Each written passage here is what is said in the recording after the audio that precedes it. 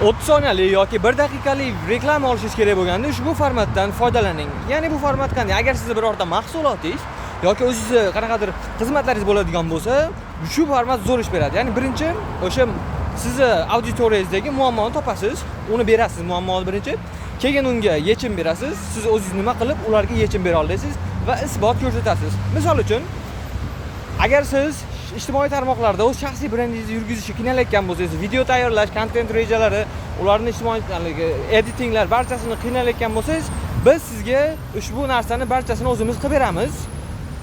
Ya'ni shaxsiy brendingizni o'zimiz yurgizib beramiz, siz faqat gapirib bersangiz bo'ldi degan narsa taklif berib va oxirida isbot uchun masalan ijtimoiy tarmoqlar bo'ylab biz shaxsiy brendlarni yurgizganmiz, mana bu odamlarni ko'tarib berganmiz, daromadlarni oshirib berganmiz va yoki aytishingiz mumkin, masalan 300 mingdan ortiq auditoriya to'plaganmiz va bu eng zo'r ishlaydigan narsa. Chunki siz klientlaringizga ishonch ko'rib beryapsiz. Birinchi, ishonch bergandan keyin albatta ularga qanaqadir natija, rezultatini ham ko'rsatib beryapsiz va eng muhim bu narsa eng muhim narsalardan hisoblanadi va bular bu uchun pul to'lashga tayyor.